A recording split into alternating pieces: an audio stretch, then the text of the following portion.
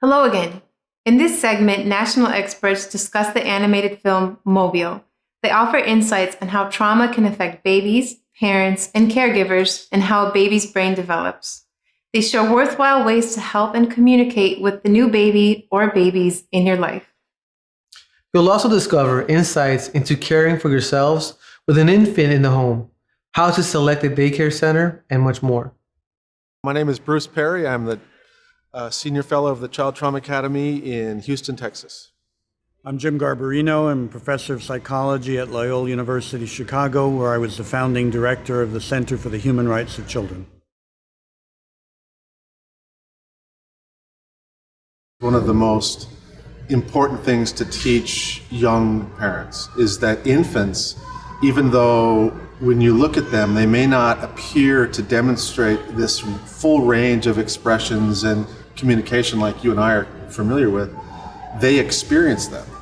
And so there's some really interesting studies recently that even sleeping infants, if you follow the physiology of what's going on in their brain, when they hear a tone of voice go from quiet to frustrated to angry, there will be changes in the way their brain is processing information. So even while they're asleep, they're perceiving anger, frustration, fighting, and so forth. And obviously the message to parents is that to recognize how important you are in helping shape the organization of your child's brain. In good ways, mostly, but sometimes also in negative ways. Yeah, I think it follows from the idea there's no such thing as a baby, that there's a baby in the context of relationship, for better or for worse. Exactly. And that we have spent a lot of time in the last 10 years learning ourselves as a research and clinical group that the way human beings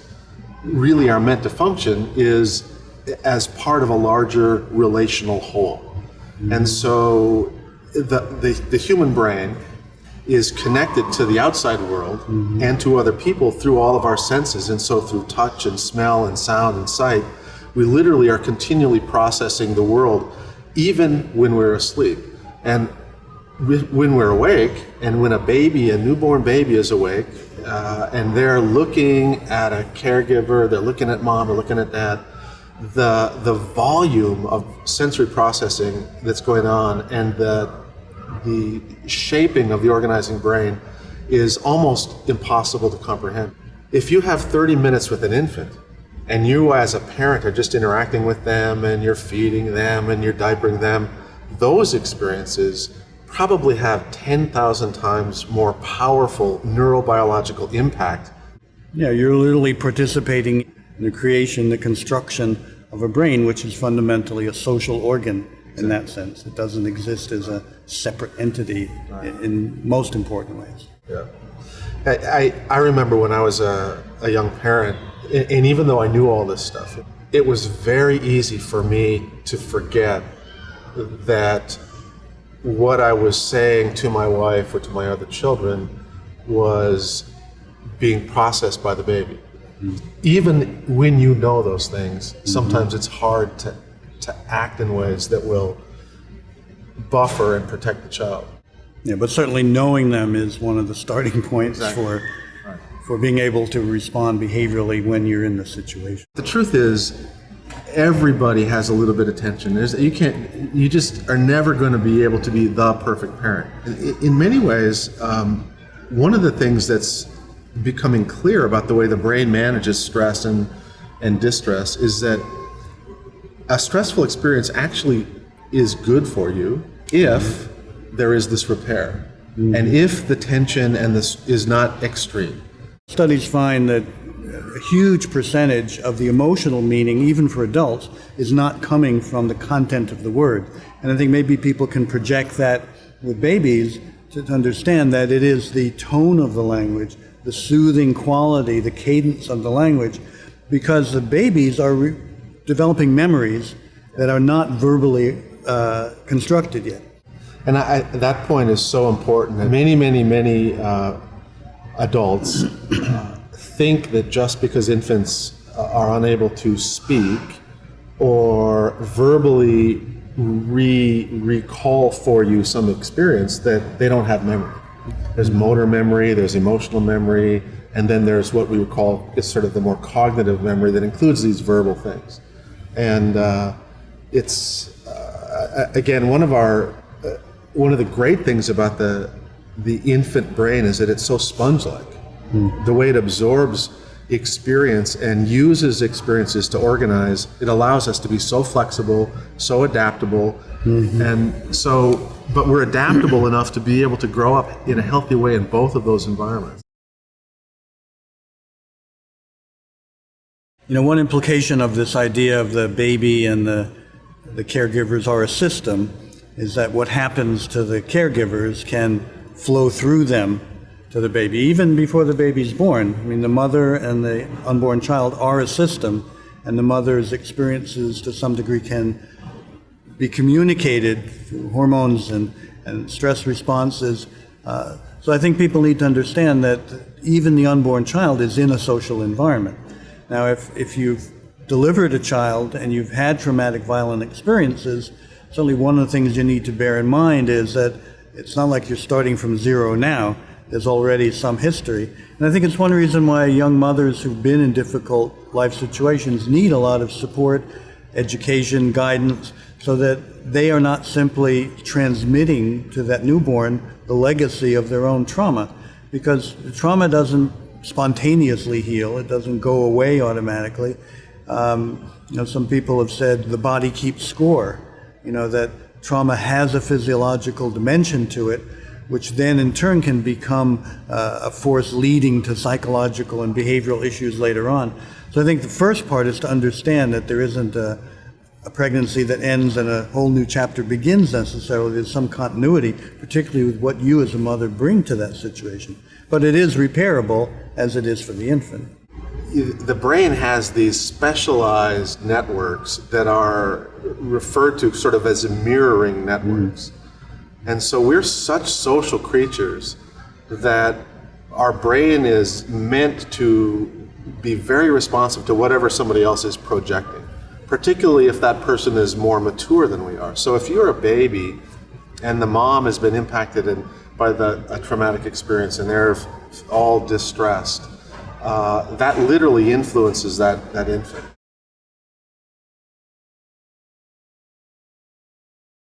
Everybody knows that obviously babies change in the first year of life. They may learn to walk in the first year of life.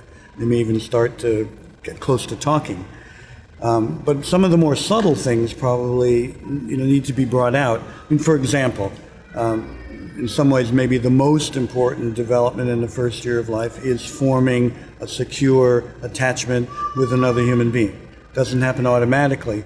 And it emerges out of that dance, out of that interaction between the caregivers and baby. The baby's brain is now forming a social brain. For example, a baby starts reacting to strangers or reacting to relatively unfamiliar people, and they may attribute that to the baby being standoffish, because they don't see that that's a necessary part of saying, this is the person I know, you're not the person I know. And that milestone, if you will, of developing a specific, solid, positive attachment really needs to be understood if you're going to understand the larger agenda of the first year. When we see things, we process them more efficiently, we remember them more efficiently. And some of the things that are so obvious that you see are, oh, my baby has learned how to sit up, my baby has learned how to crawl, my baby has learned how to stand. And so those are the motor milestones that are easier to track, as you point out. But the ones that are a lot harder really are those that are more important, that have to do with the rhythm of social communication, the process of your infant clearly being responsive to your smile. And if you are attentive and you're attuned and you're interactive with your baby, these things just sort of proceed apace. But they really do require that the parents spend time with the infant.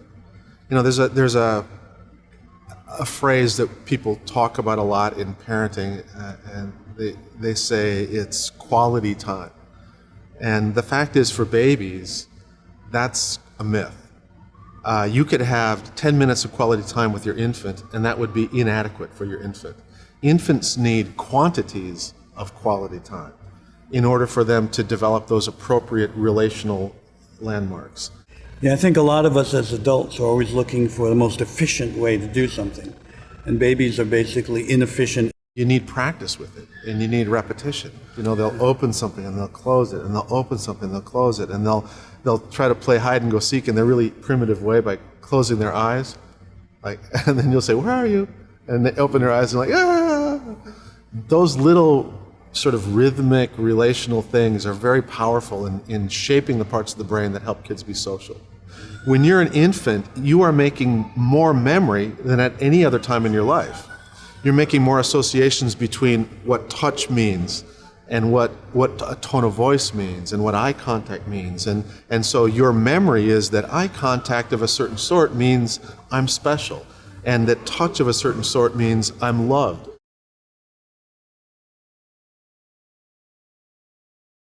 There are all these studies about children recognizing human faces, almost like they're programmed to do that. And so the communication of what your face shows even more than the content of your word. But I think it does make the point that the facial cues, the smiling, the relaxed look, the eye contact, the tone of voice, holding it so they conform to your body rather than holding them stiffly, all of those are part of the language with babies. Infants are absorbing all of your movements, all of your facial expressions. They absorb your scent, your warmth. One of the things that in our society that's probably not a great idea is that we don't have as much skin-to-skin contact as many other cultures, and probably as we are neurobiologically meant to have in infancy. So even when you bathe your baby, and they pick up on how you wash them and the pressure and the strokes of putting lotion on them. Those things are a really important sensory experiences that help organize the baby's brain and help them make meaning out of touch.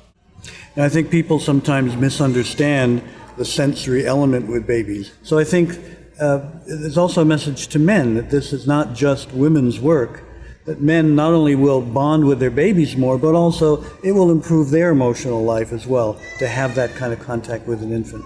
And some of the more exciting research around the neurobiology of parental interaction is that if you look at the brains of a mother after she's had a baby and is caring for the baby, it's different than it was before she was pregnant. And if you look at the brain of a father after he's been engaged in caregiving in the way you're describing, his brain will be different as well. And the parts of the brain that change are parts of the brain that are involved in essentially forming and maintaining relationships, that we become, in some ways, more capable of loving when we parent, when we are nurturing to other people.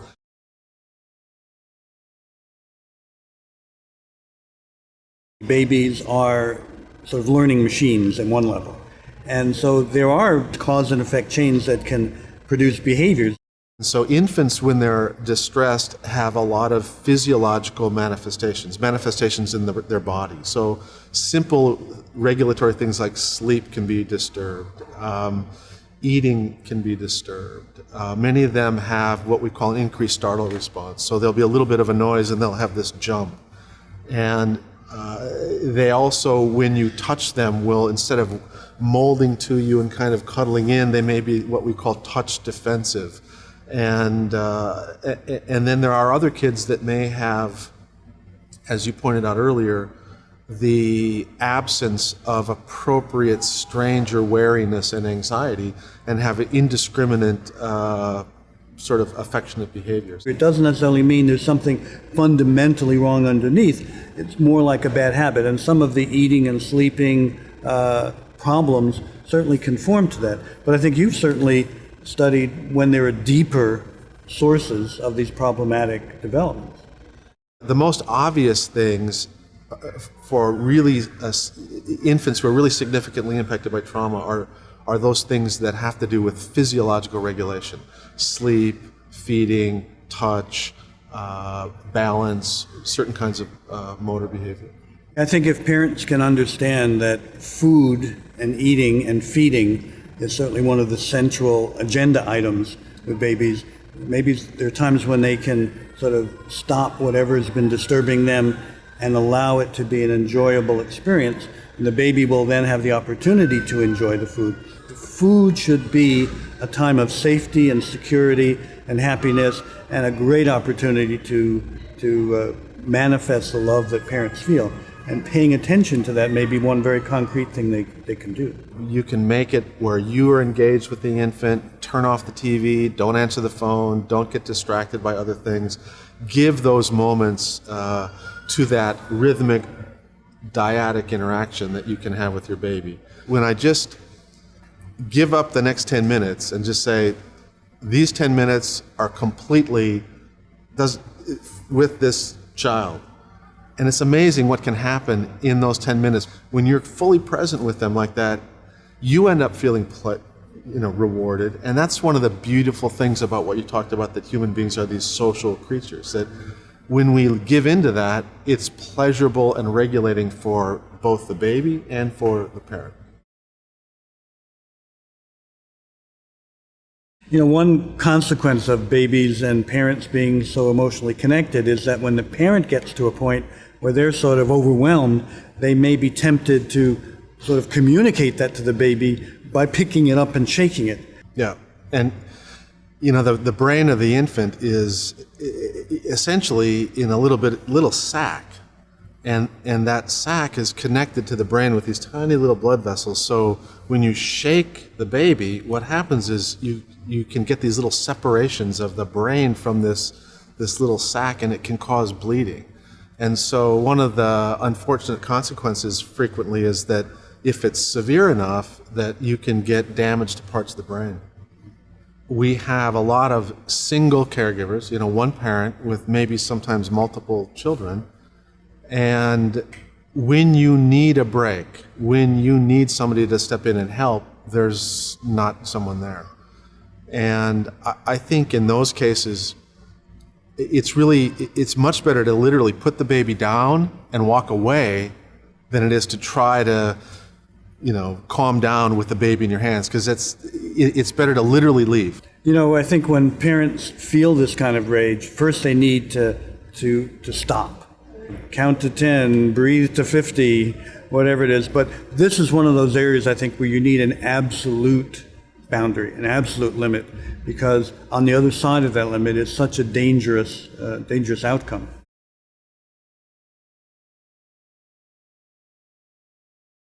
Certainly the cultures around the world have many ways of solving the question, how do you care for an infant? But what is constant is that the people who care for the infant have a sense of connection and mutuality and respect between them. So I think if your child is being cared for by somebody other than the parent, you want to have a relationship with the caregiver where information can flow both ways, where people feel trusting and confident that the best interest of the child is at the center. And so you have to cultivate that relationship too. I mean, again, it's a relational world, and you can't compartmentalize that caregiver any more than you can compartmentalize the baby. I think we've come a long way in the last 25 years in understanding that flow of information in a respectful way can mean that all these different scenarios can work out for the baby's benefit.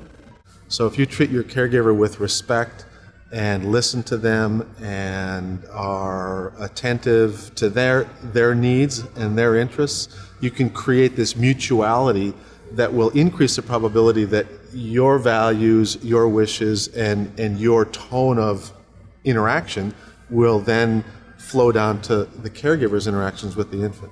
That person needs your nurture and affection so they can pass that along to the baby. You know, if you've got one caregiver and 35 kids at a home daycare, that's probably not going to be a great environment for your baby. So pay attention to the ratio. Pay attention to the number and the training of the people who are there. Pay attention to whether or not there has been any professional endorsement. Yeah, I think that's important, as you say, to be there for a bit, because people can talk a good game. They even for 5 minutes can hold things together, which may not be the reality. But if you sit in a center for half an hour chances are you're going to see somebody cry, somebody spill something, somebody wet their pants, somebody hit another child, and then you get an opportunity to see how the staff respond. Do they respond with anger, with sharpness, with yelling, or do they do what you presumably would like to do yourself, that is, respond with love and understanding and compassion? Almost all communities have a way to vet and rate the child care environment, and those resources can sometimes be very, very helpful.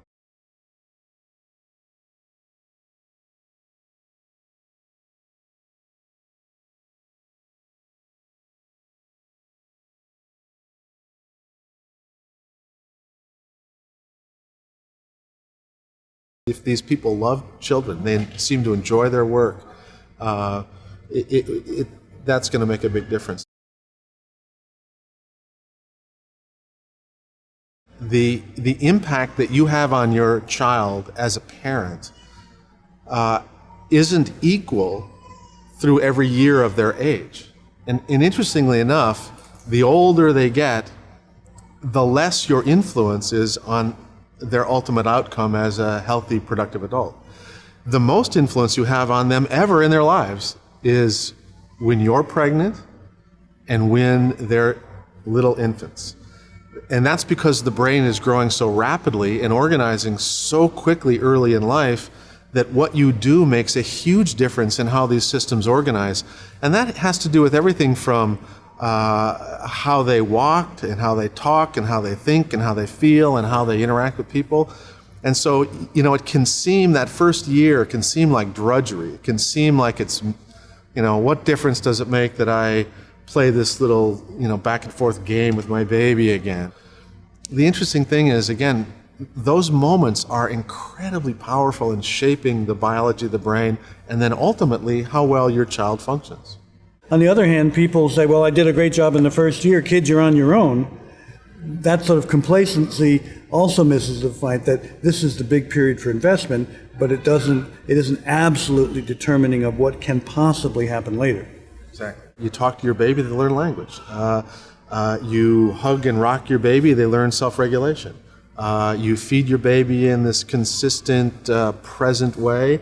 They learn how to have a whole variety of more complex social relational capabilities. And the roots of healthy development are formed early in life. But you can modify and you can influence and you can make a positive change in a child's life and in an adult's life all the way through because of the remarkable malleability of the brain.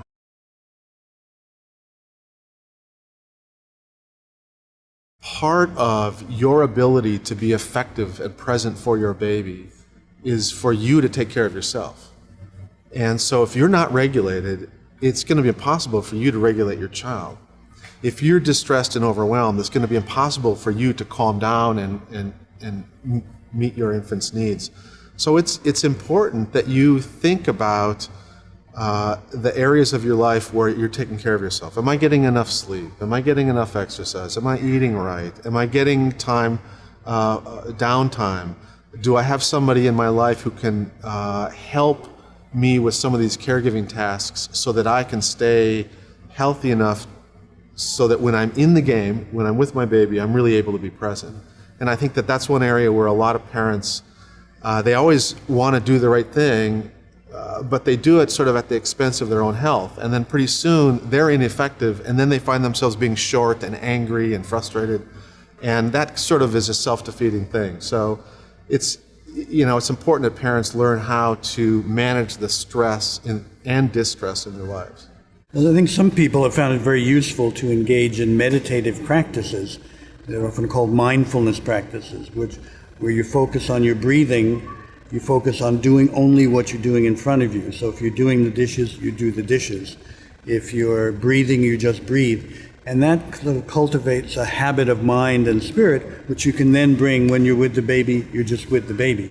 So the real challenge then becomes when a parent is involved in a really destructive relationship or has some other experience that's left them very traumatized. And that's when you really need to think about reaching out and getting some professional help. use your friends, use the family that you have, maybe the community of faith, but you've got to get some help if you are being impacted in an ongoing way in a traumatic relationship. You need to reach out to the community, to your friends, to faith community, to anyone who can help you solve that issue so it isn't spilling over to your baby.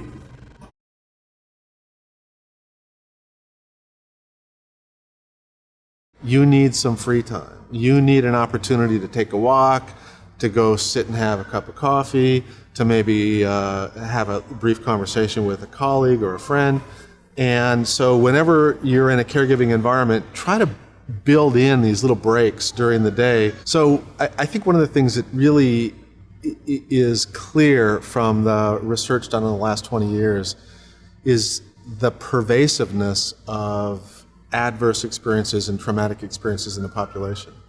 And that very, very few people will recognize the impact that those experiences may have had on them. And now as we learn more, and if you find yourself as a young parent and you've had a traumatic background, you've had some hard things in your background, one of the things that you're going to find is that that can influence your tolerance level for how hard the baby is. It may influence the way you interact with the infant, and it may bring stuff up for you that will make it, you might be a little bit more depressed, you might be a little bit more anxious, you might be a little bit more frustrated. And of course, if you are any of those things, trying to take care of a baby makes it really, really tough. So we always encourage folks, when they recognize these things in themselves, to really try to reach out to other people to get a little bit of help. And I know that that's hard. It's a really hard thing to do, to ask for help. And it doesn't always have to be professional help, but the truth is, it's the very rare person who can heal themselves from these kinds of developmental trauma. It's very hard to do by yourself. It's one reason why some of the research shows if you had a really difficult childhood, that if you have a partner who had a very positive, loved childhood, they may be able to do a lot of reparative work with you in that relationship. But again, it's not alone. It's a social reconstruction. We have this expression, it takes a village to raise a child, and there's a lot of truth to that. But embedded in that is the idea that it takes a village for a caregiver to raise a child. And so one of the things that caregivers need is this social connection. Social isolation is terrible for caregivers because it deprives them of the support and nurturance and the second opinion. We're always trying to encourage caregivers to reach out and maintain their connections. Connect to a Mother's Day drop-in at the local church. Take advantage of whatever extended family you have who may be able to help in some of this. But it is, in the end, those relationships that are going to make the difference for the caregiver so that he or she can then be their best for their baby. The fact that the community has an interest in the baby, and the more babies are connected to the community because their caregivers are connected, any issues that are arising, the community is more likely to be able to understand, to detect, perhaps even to intervene.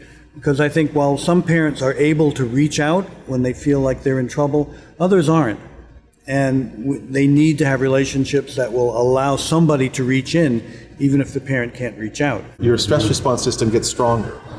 And so I think one of the key messages that we are always trying to help parents get is that, everybody is going to make a mistake. Everybody's, there are going to be times when the baby, you miss something, or you are too frustrated, or you're too overwhelmed. But that the good news is that repairing, sort of re-engaging your child, making them better regulated is something that is not only possible, but it's really reparative.